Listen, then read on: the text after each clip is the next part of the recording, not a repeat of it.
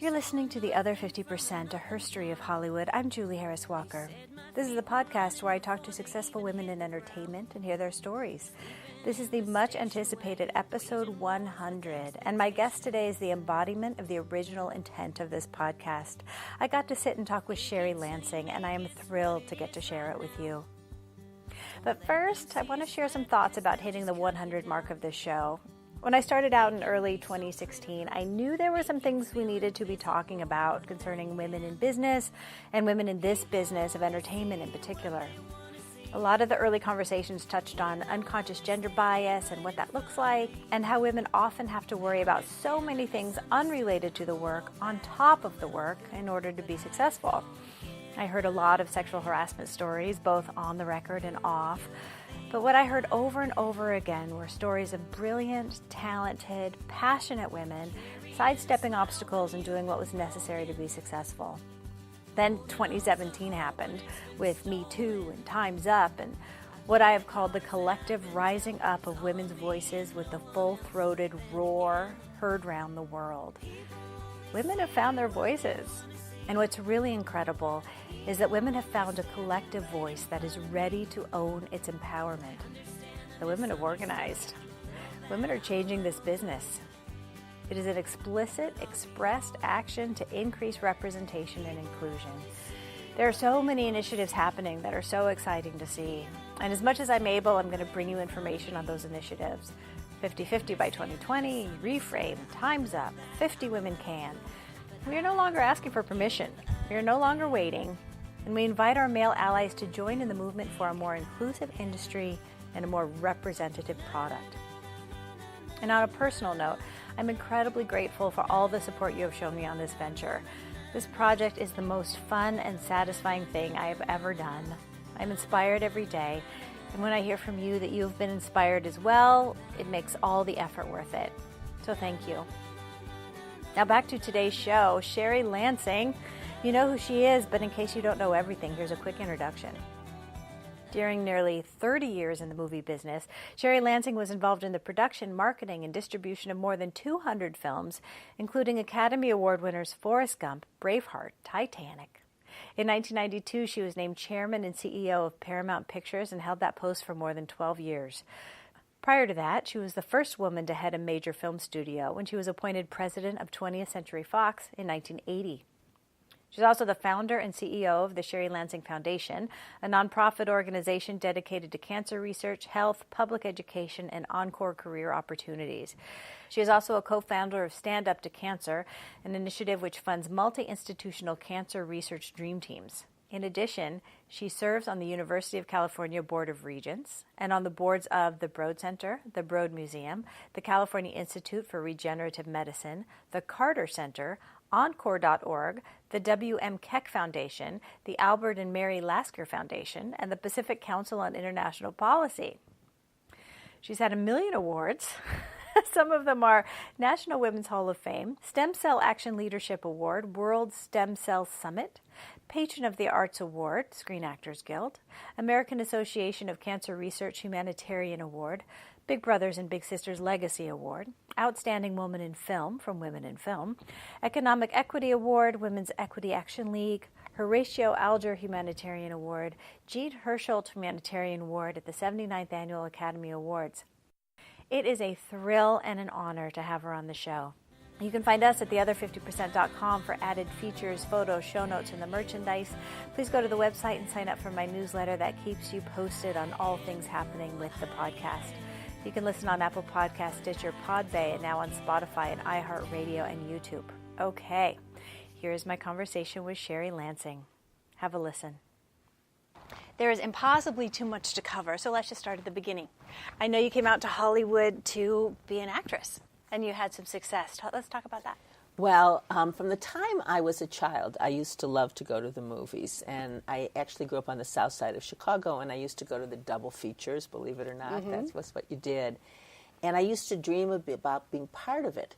But you couldn't study movie making at the time. And so all I thought that I could possibly do was be an actress. That's all you could see. That's all I could see, and I didn't know what was going on to actually make the movie. And I know that sounds impossible, but I'm 73, so you have to imagine what the world was like then, for everybody, not just for women, actually, and how limited the amount of film schools there were. There was probably one or two.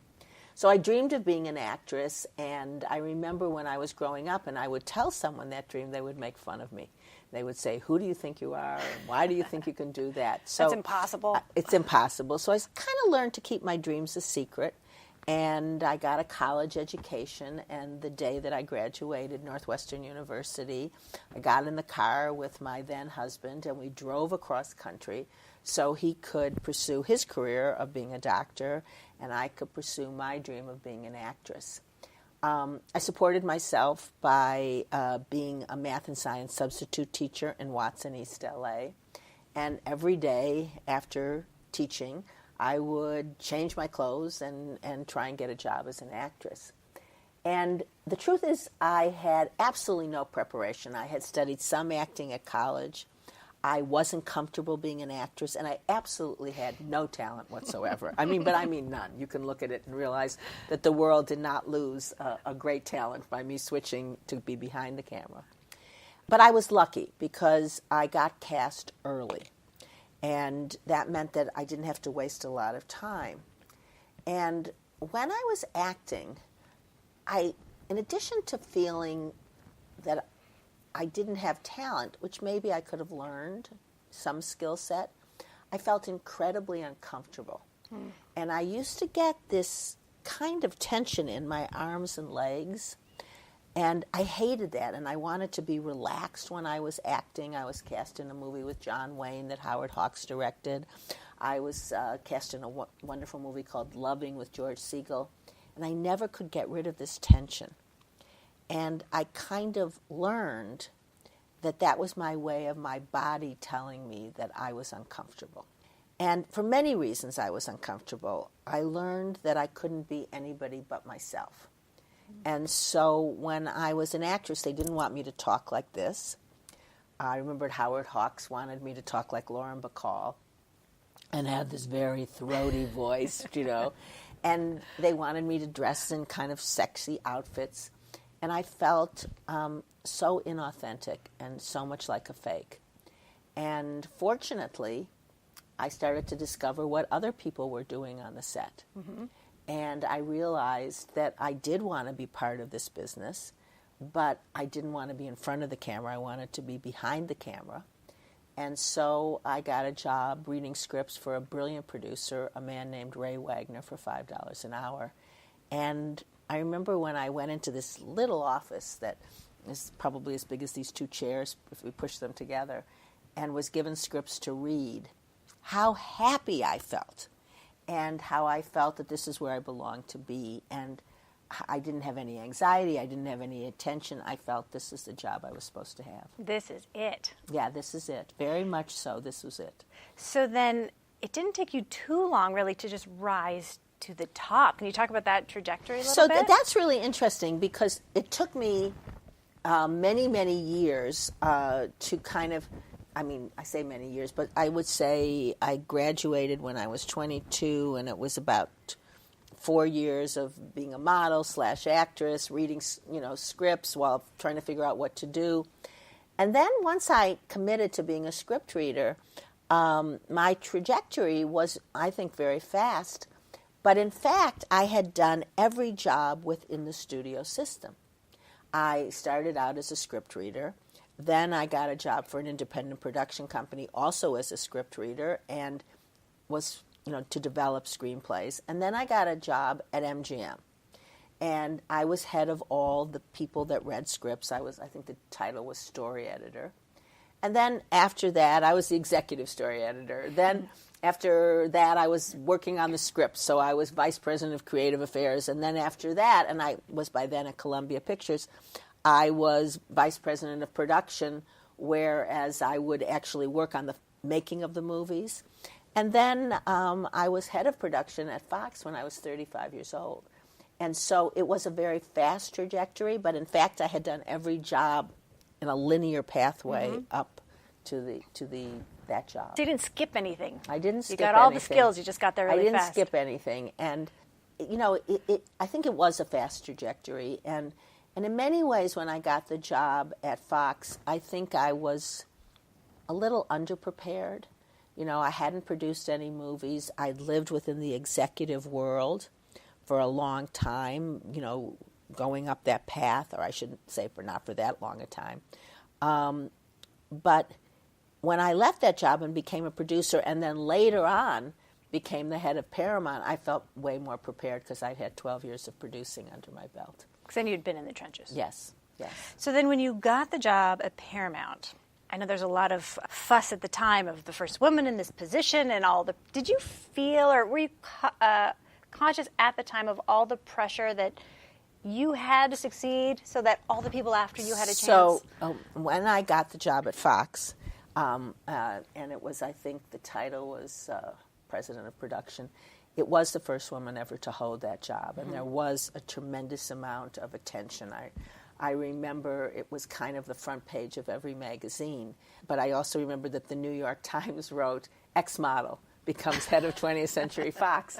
And, you know, they kind of just raced over, you know, all those years of doing the job at a studio and, you know, kind of wrote about it that way. And there was a lot of attention because it was the first woman. And I remember thinking at the time that if I pay attention to this noise, I will for sure fail because I will concentrate on the outside rather than the job that I have to do on the inside, which is to make movies. Mm-hmm.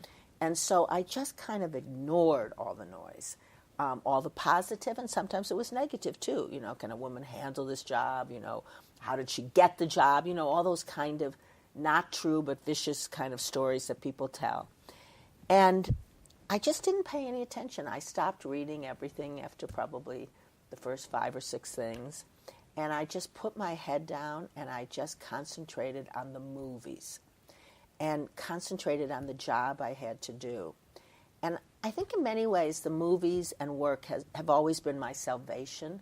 Mm-hmm. You know, I find that if I concentrate on what I love and don't pay attention to all the other noise, that's the best way to achieve the satisfaction that you want in your life and also to achieve success. So I just put my head down. I worked, I think, twice as hard as anybody, and I just tried to make good movies, and I just paid attention to that, and I didn't pay attention to the external. I didn't really feel the pressure because I didn't let myself feel the pressure, and people kept trying to remind me of it. And I still remember this wonderful and funny moment where Frances Lear, who was an enormous feminist icon, and she created a magazine called Lear's and was an incredibly bright woman, and she wanted to celebrate this breakthrough. And she invited, I'd say, about 40 women to her house to honor me. And they were women, you know, like Gloria Steinem that I had admired so much, you know, and some of them I was meeting for the first time. And, you know, after the niceties, around dinner, one of the women stood up and she said, "You are responsible for everything, and if you fail, we'll never have a chance again, and if you fail for all of us." And I just looked, and Marlo Thomas, I remember, was there, and she said, wait a minute. The average, you know, tenor for a man is 1.5 years. Give her a break. You know? So it was like undercutting it with humor. But I remember leaving that and, you know, first, you know, being so excited to be in the company of these great women, you know, who had paved the way in many cases, but also saying, I can't think like that. I just got to do my job and hopefully succeed so that other women can succeed as well. Yeah, I can't imagine taking on that pressure. I just didn't allow myself to take it on. Yeah, you know? smart. And I think that's outer directed. Mm-hmm. You know, that's like publicity or something. Do you know what I mean? I think your salvation in any line of work is to concentrate on the work and to measure yourself by the work and your own internal standards. Mm-hmm. And so in my case, it was going to the set, reading the scripts, concentrating on the movies, and how important they were to me. That's great. Now, in the biography, there was some talk that in the early days, you really were pretty much always the only woman in the room, and there was a sense that there was only one spot available. And then somewhere in the 90s, it shifted, and there started to become a bit more of a sisterhood. Can you talk about kind of how that shift happened? I mean, one of the saddest things was, and I think Linda Ope says this in her book, that we all felt that there was only room for one of us in the room. And so instead of becoming this sisterhood, we liked each other, but we were wary. And it was like, well, if I tell you about this job, which I'm going up for, only one of us can get it. There's not going to be two vice presidents. There's not going to be two presidents. And so that held us back terribly. And it wasn't unrealistic. In fact, women were just beginning to break through. But it was sad because we were isolated. And we couldn't really share our stories with anybody, and we couldn't really help each other because we were so wary of each other. But somewhere, I don't know exactly when it started to shift, but I have to tell you that today it has really shifted. Yes, it has. And when I go to events for women in film, I see women who are running competitive networks, competitive studios, competitive producers, and they are best friends. Yeah. And that happened to me in my life later. That some of my best friends were women executives, some of my best friends were women producers, continued to be agents, whatever.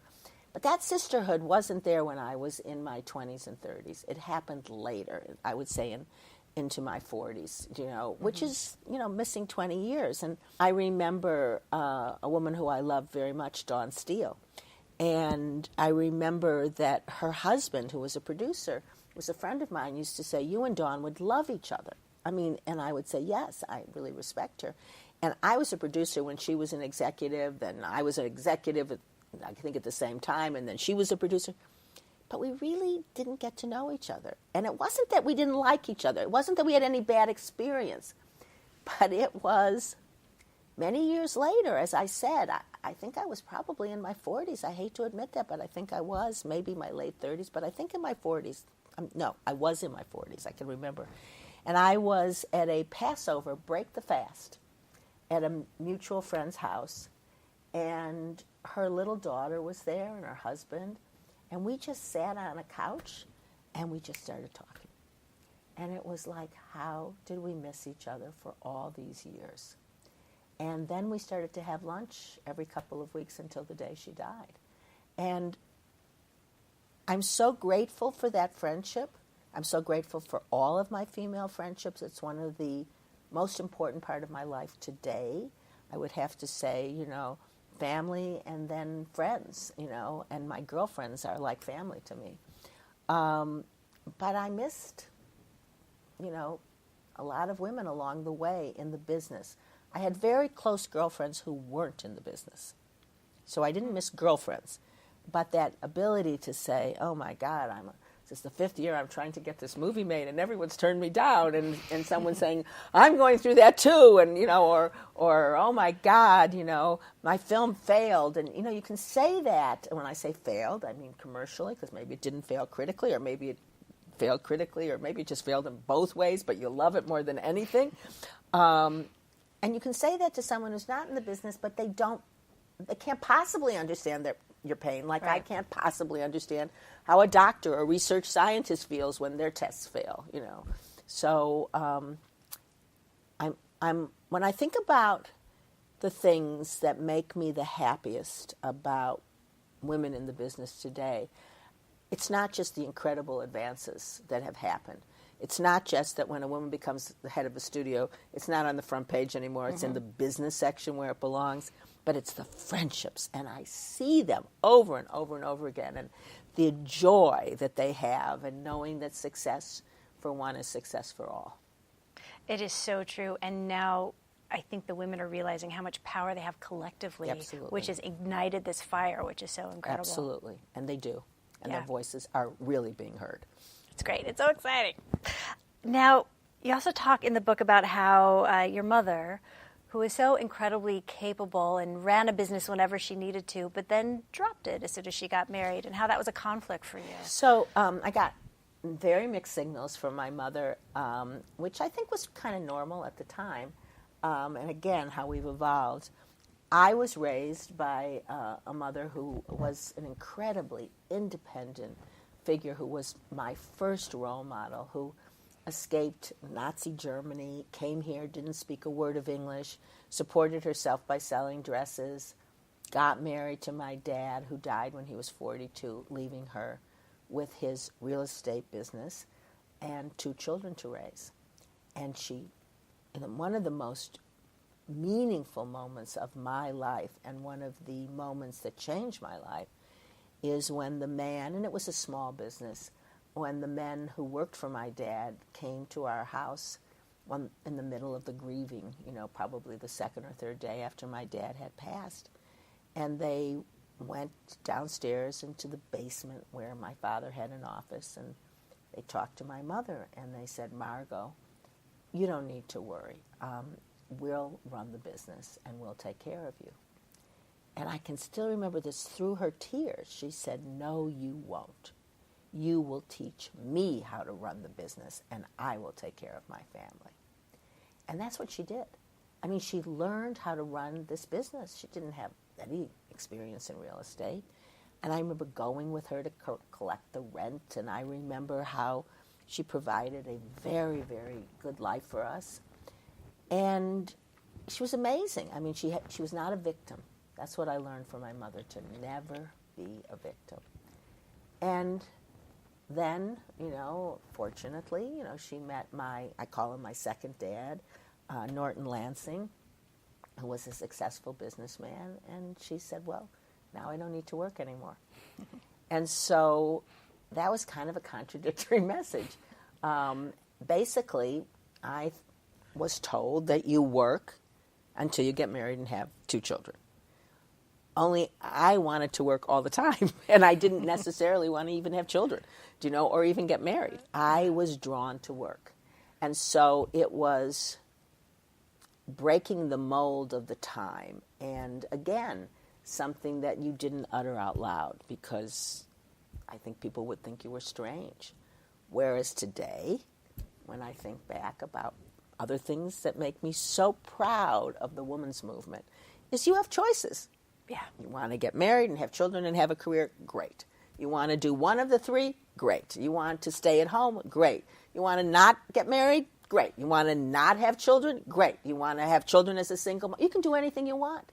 You have unlimited options. And I often wonder with my mother, though she was extremely happy with both of my fathers, an extremely good mother, I wonder, if she would have liked to have done both. I'll never know. She never voiced that. Now, let's talk a little bit about imposter syndrome. I talk to so many super successful women who struggle with that all the time. And when we start admitting it to each other, it's like, "Oh, really, you too?" And you've talked about it like your inner 12-year-old girl. Can you talk about that a little bit? Sure. I think that all of us who have been blessed with success of some sort always have that 12-year-old child inside of us that is frightfully insecure, frightfully has a lack of self-esteem, and you never get rid of it. I think you learn how to control it, and you learn how to do something even when you're frightened. So for me, I had an incredible lack of self-esteem from the time I was a child. My father died at a very young age. I guess when that happens to a child when they're 9, you feel like maybe you were a bad girl and he left you because you weren't a good girl. I spent a lot of years when I was very young thinking I would find him with another family, that he had left because I wasn't a good girl. Didn't understand death. Was told not to go to his funeral, all sorts of things. And then I was very tall and gawky and awkward, and I, never felt, that I was attractive. And so you grow up with a certain lack of self-esteem, and then you keep. I think one of the things I wanted work to do was to make me feel better about myself. I think that's why I was attracted to acting. Only it didn't make me feel better, and made me feel worse, actually. So then you start to think, wow, I have a problem. And I got divorced young, and so, again, that was, in my mind, another failure. And then I think when you realize that you have that problem, at least I did, I realized I wanted to get help for it. So I went into therapy, which led to analysis. And it's the best gift I ever gave myself. And, I sat and talked for many years about a lack of self-esteem, all my insecurities, in quite depth, my relationship with my parents, whatever. And I'm not suggesting that everybody should go into analysis or therapy. You can do it with your rabbi, your priest, your best friend. It doesn't really make any difference. But if you don't talk about these things, you never solve them. So I know that there's a 12-year-old on my shoulder, and she doesn't come to every meeting I go to. She doesn't appear every day anymore. But every once in a while, for no reason, she just pops up. And then I know how to deal with that. I know how to say, that's the 12-year-old again, or that's my mother criticizing me, or that's whatever it is, and how to overcome that fear. And without analysis, I wouldn't have had the tools. Quite honestly, I remember when I was in therapy, and there was the head of the studio had decided that he was resigning, and they were looking for the new head. And I was quite anxious about who they would put in and what that would do to my job as senior vice president. And I remember saying to the therapist, well, it's okay if they put that person in, it's okay if they put that person in, but I don't want to report to this, and I have to explain it. And he said to me, well, why don't you think it can be you? And I said, oh, there could never be a woman head of a studio in my lifetime. And he said, why? It was the first time I ever thought of it. Yeah.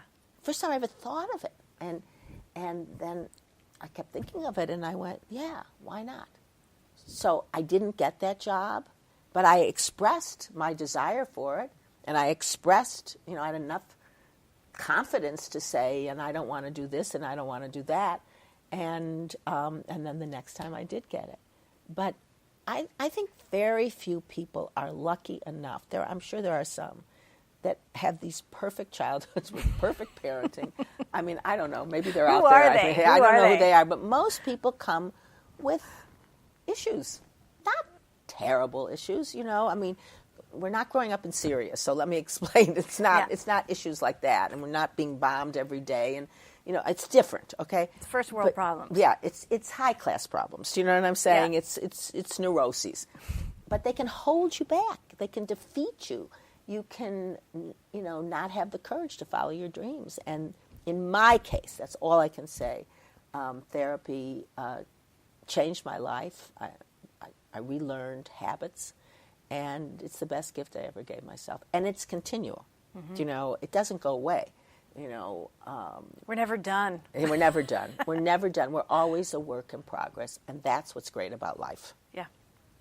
So then, in the work realm, you had these huge jobs with huge responsibility, and I'm sure not every day was a home run win. So how did you then build the resilience? So, it's funny.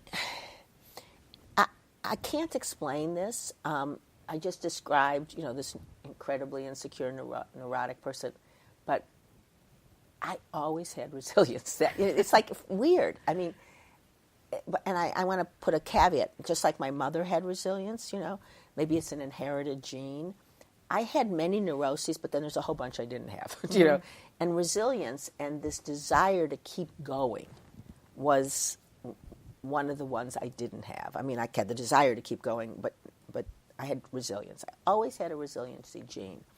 Now, that doesn't mean that when I'd suffered a big defeat, of which I suffered many, that I didn't not want to get out of bed in the morning, that I didn't have a good cry, that I didn't, think, oh, this is hopeless. But just usually I allowed myself a day, maybe two, and then I just had this resiliency gene. I got to try this again. I'm not going to give up. I want this too much to give up. And I don't know how to explain that because it's counterintuitive to what I just told you, but it's true. So, we're all a mixture. We're all like gray. Do you know what I mean? So we're a mixture of really positive things and a mixture of neuroses and some not so neuroses. We're complicated. We're complicated. So you can have contradictions within your personality. Now, from your career, you had this constant, on the one hand, you were a creative filmmaker. On the other hand, you were the suit running the studio. Yeah. And how did you balance those two? So that was really difficult for me because I never wanted to be a suit. Probably my happiest job was producing, which doesn't mean I didn't love running a studio, but actually getting to think of something that you wanted to make as a movie and actually getting to sit on the set and watch it happen and actually looking at the dailies every day and looking at the editing of it and seeing it be distributed in theaters, and if you were lucky enough that it actually affected the culture or got permeated into the culture, that was the most thrilling. Being an executive, you were one step removed. And I should say one, maybe you were 10 step removed. I don't know, it just depends, but you were certainly removed. And so you had two masters. You had this incredible desire, which was the most important master, to make a great movie. And you had to mix that with fiscal responsibility and making a profit. So sometimes I had to say no to movies because they cost too much money, even though I really loved them. I thought they wouldn't be profitable, and even though I thought they might be really good. And sometimes I just had to say, we're not letting this movie go, but you have to make it for X. And I really believe that you can. And the advantage came to me after 12 years of producing. So it wasn't like just me. I mean, we had a whole production department, and obviously you're working with the director and the producer of the film. But because I'd been on the set, I think I had a more realistic approach to how you could do things, which I didn't have when I was head of Fox, because I'd never really made a movie.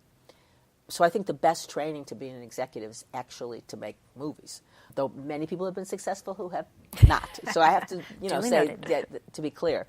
But for me, that was the kind of cushion. And the push-pull of it was very difficult because filmmakers, their job is to get the most money that they can for a movie, and I don't blame them.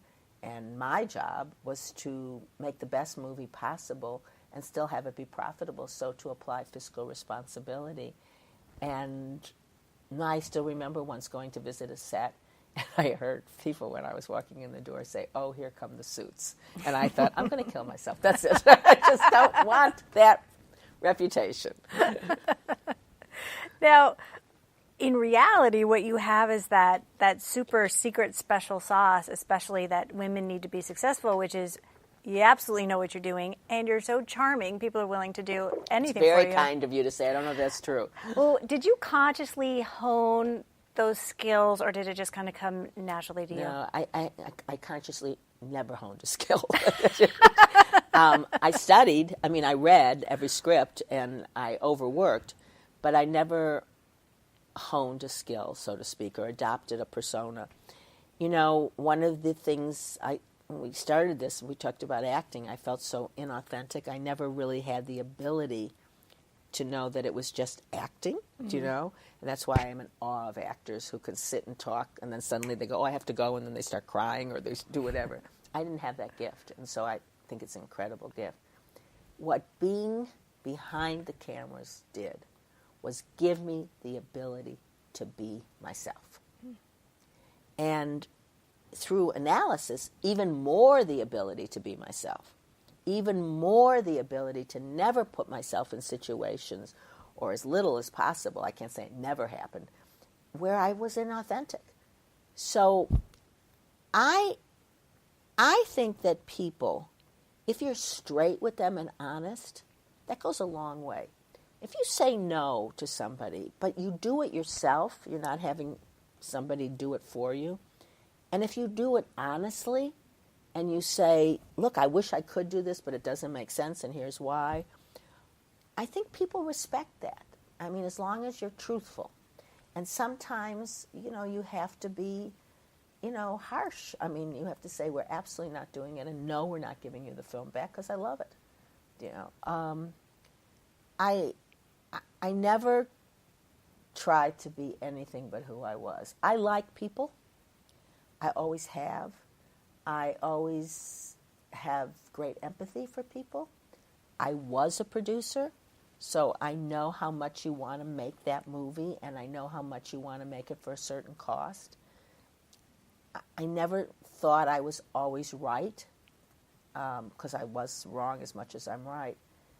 But I did have a point of view, and I could change it if someone talked me out of it. That was great. I mean, but I just tried to be honest, to be direct, and to do it myself, not hide behind other people.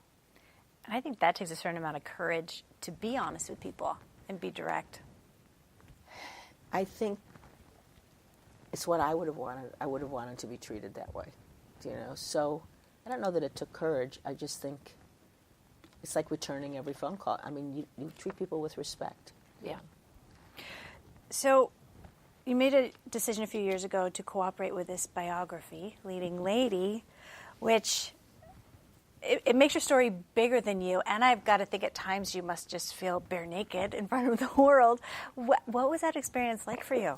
Very traumatic. I bet it was. So I'll never know what made me say yes. I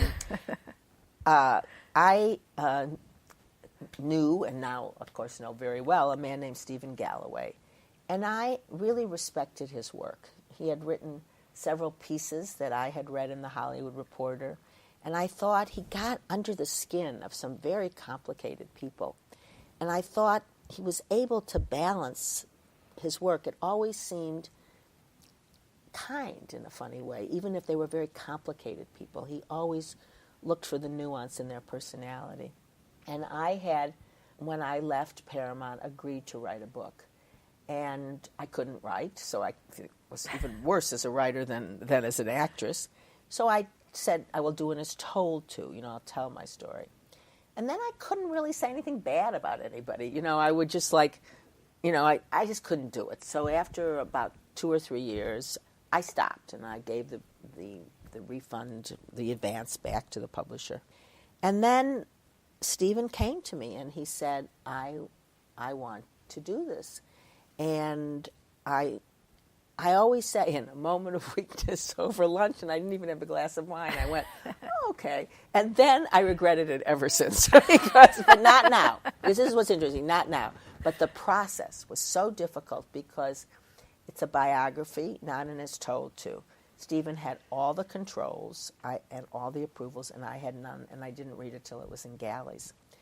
And so what would happen is Stephen would come over on a Sunday, and he started asking me questions, and I'd go, why are you asking me about that? I don't want to talk about that. Why are you asking about that? And I had said I would never lie to him, and I didn't. And he's such a good journalist that I swear to God, he found every single person I ever had a disagreement with, every single thing that went wrong. Oh, he talked to the whole world for this book. Which is good. He researched it for 4 years, and he'd ask me these questions, and then I'd get, by the end of the Sunday, I'd be so anxious, I can't even tell you. The next day, I'd be more anxious. The day after that, I'd be depressed. And then I used to think, well, maybe I won't be alive when the book comes out. It's because I just couldn't bear it. I mean, it was just torturous. Painful. And it was painful, and then he'd go away for, 6 weeks, and then I'd have a good 6 weeks, and then he'd come back. And when I read it, I didn't know what to make of it. I really didn't. And I was really terrified of it. I was terrified of the release and terrified, what would people think of me? Because he really, I don't have a secret left. He really wrote about everything. We all feel like we really know you now. And I remember in the beginning when people would come up to me and they'd say, I read your book. And before they said anything, I go, it's not my book. I didn't write it. Stephen wrote it. It's like, and then they go, well, I really liked it. I go, oh, thank you. You know, and then, you know, I laugh because it's been out now for a year. The paperback is coming out in a couple of weeks. And the other day, someone came up to me and said, oh, I loved your book. And I went, thank you. Oh, look at that. So the truth of the matter is, now, after 4 years of trauma, I'm really happy that I did it because I think Stephen did a fair portrait. I don't like everything in the book at all, but what I don't like is true. It's not a puff piece, and it was healing. It's a funny thing. It was very healing in many ways, my relationship with my mother. It gave me a greater understanding of her. It gave me a greater understanding of my life in the movie business and my life now. And it's been a very, very positive experience now that it's done, but a very traumatic experience during the process of it. And, you know, but I'm glad I stuck it out because a couple of times I quit and then I came back. And now Stephen and I are best friends. He knows me, except for my husband, probably better than anybody. Sure. All right, let's talk about the movies. Okay. You seem to sense early on that women as a viewing audience were a real market that you should produce for. So I think because I'm a woman, I was really trying to make movies that I wanted to see. And what happened was I realized that all of my girlfriends, we all went to the movies when we were kids. And then we went to the movies as young adults.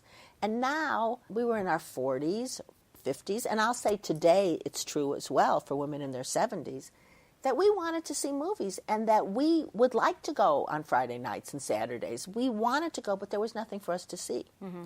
So I couldn't understand why people weren't making movies for us because we're a big part of the population. You're buying tickets. They're buying tickets, and we wanted to see movies that were of all kinds. You know, action movies as well as, you know, movies about character as well as comedies, whatever.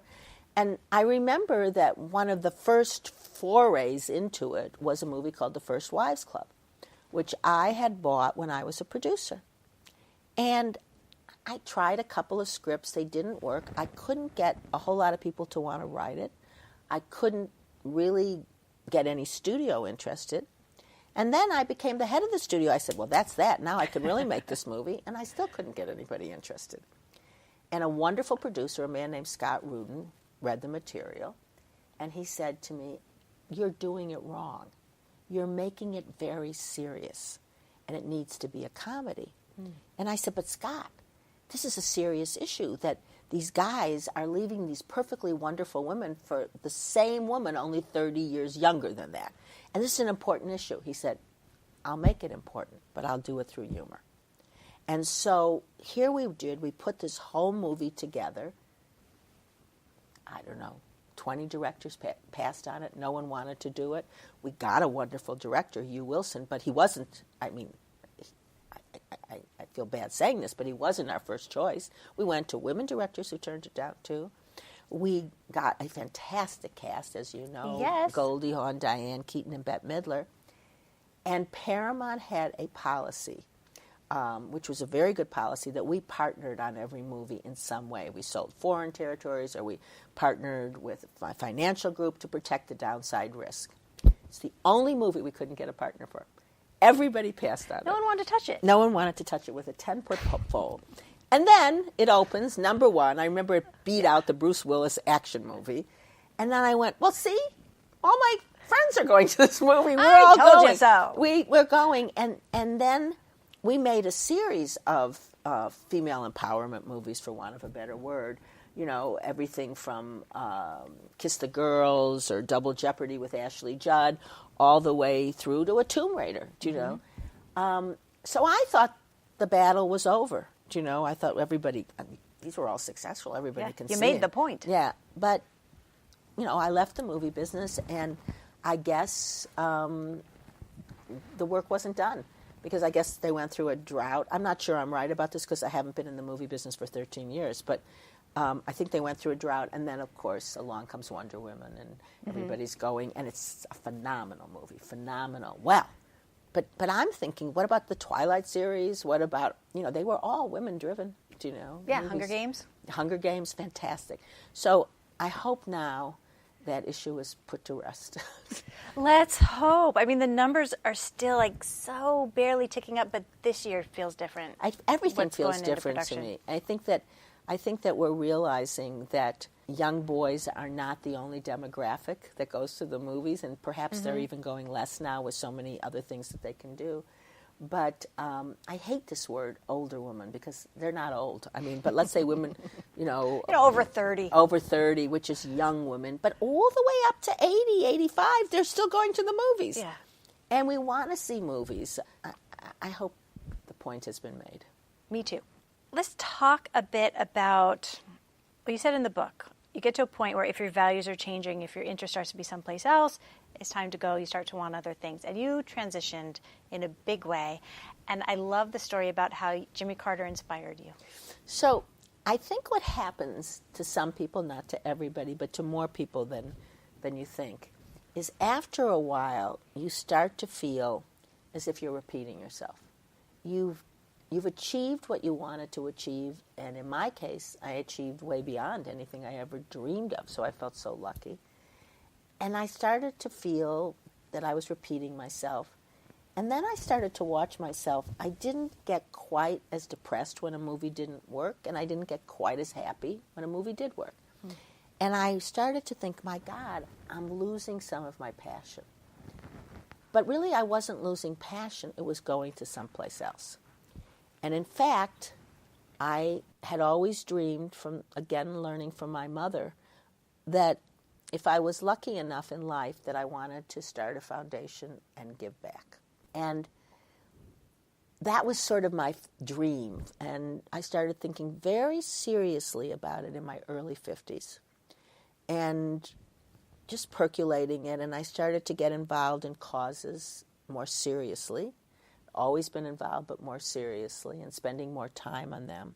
And then somewhere in my mid-50s, I was at, of all places, the Cannes Film Festival, having a lunch with a bunch of people, some of whom I didn't know and some of whom I did. And we started to play that game, who do you most admire, living and dead?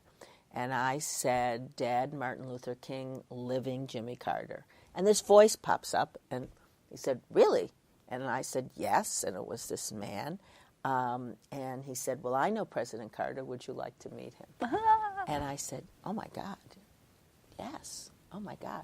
And he said, well, I'll arrange that for you. And I remember thinking, oh, he'll never arrange it. He'll never arrange it. And sure enough, I got back to the studio, and there was a call. And he had worked in Carter's administration and had worked on his campaign. And I admired Jimmy Carter because, not just because of what he did when he was president, I really admired how he took his presidency and what he did in his post-presidency, and how he had this extraordinary life of service.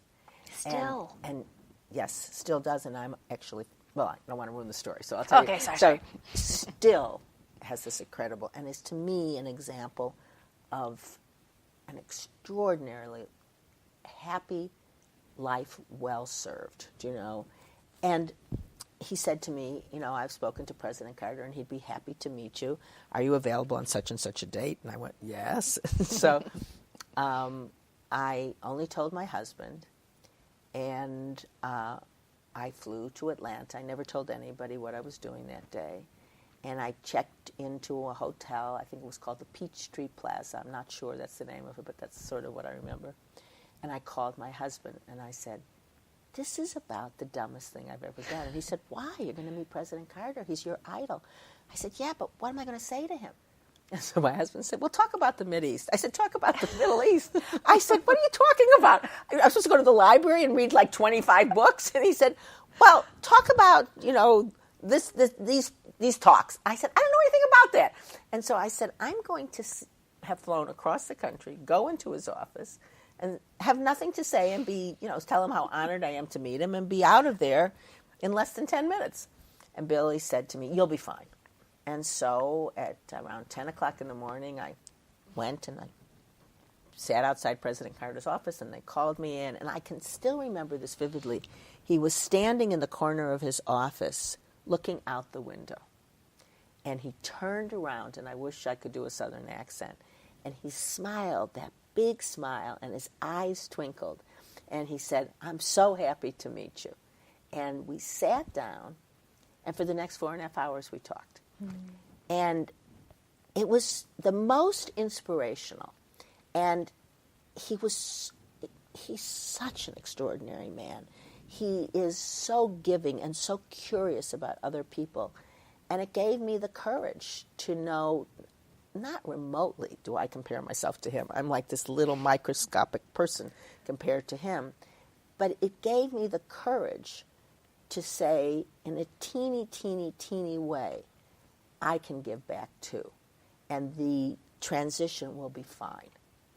And in fact, it was one of the easiest transitions I've ever made in my life, because I was so ready to leave the movie business, and I knew the causes I was interested in, and I was ready to do anything for those causes. I wasn't looking for a big job. I was looking, just to help, and to get my fingernails dirty, so to speak, to really do the work. And one of the best things and one of the greatest honors I ever had was that on my way to, I resigned, and then it took them about, I'm going to be off on this 4 or 5 months till they found my replacement, so I stayed in my job. And I was on the way to the Lemony Snicket preview in Long Beach. And my secretary, I was in the car, called and said, "President Carter's on the phone." And I thought she was kidding. I said, no, who really? She said, "No, I'm serious. I recognize his voice. It's President Carter." And he said, "Sherry," I wish I could do his accent, "Sherry, I just heard you resigned, and we would be really honored if you would come on the board of the Carter Center." And I was so excited, and I practically started crying. And I just thought, wow, I'm going to be in a meeting with this man who's my idol. And I've been on the board ever since, and it has been one of the great privileges of life to watch somebody who is eternally young, eternally dedicated to making the world a better place, and care so much about other people. How thrilling. Yeah, it has been thrilling. And he welcomes dissent. I don't agree with him on everything, but he encourages you to talk, and he's one of the most extraordinary human beings that's ever lived that I've known. Now, talking about your service, then you started Stand Up for Cancer. Yeah. And it hasn't been a little bitty contribution. I think it's been a pretty big contribution to that. I just want to talk about that one moment where you got your first gigantic contribution from Bud Selig. He gave you $10 million. So Stand Up to Cancer was started by a group of women, all of whom had been touched by cancer. And 2 of our members were battling the disease themselves. And some of us were from the entertainment industry and some not. And we came up with this dream of doing a telethon on the networks. And we got the networks to agree. And now, of course, it's on every network, cable channel, whatever. But the first year. And then we knew that we needed to bank some money ahead of time, because you never know how much you're going to raise from a telethon. And we had high goals. And so we thought about who would be the best donor to go to. And baseball is America's pastime, and sadly, cancer is America's disease. And so we went to a man named Jerry Reinsdorf, who owns the Cubs and the Sox, and he said, I can't do this alone. We were asking for $10 million. He said, but you should go to the commissioner. You should go to Bud Selig. And so I can't tell you I was a baseball aficionado then, though now I really am. And on a Sunday, I was at home, and I got a call, and they said, the commissioner will see you all at 5:45 today. And I said, but it's Sunday. I have friends over. I have company from out of town. And he said, well, that's when he can see you, and he has a 6 o'clock Scouts dinner. And I remember thinking, I used to run a studio. It's like, and I went, what are we talking about? And then, of course, wisely, my friends and my husband said, are you crazy? You have to go. Take that 15 minutes and make the most of it. So we went to the Century Plaza Hotel, and I can see this room where we were all sitting around the table. And Laura Ziskin, who was, really one of the most important founders of our organization, was battling cancer, and she told her story. And then we told how we had the networks on, and we kind of went around the room very quickly. And then it was my responsibility to turn to the commissioner and say, and so we'd like it very much if you would give us $10 million over 3 years, and we'd like that to be for Major League Baseball. Like I was asking him to pass the water.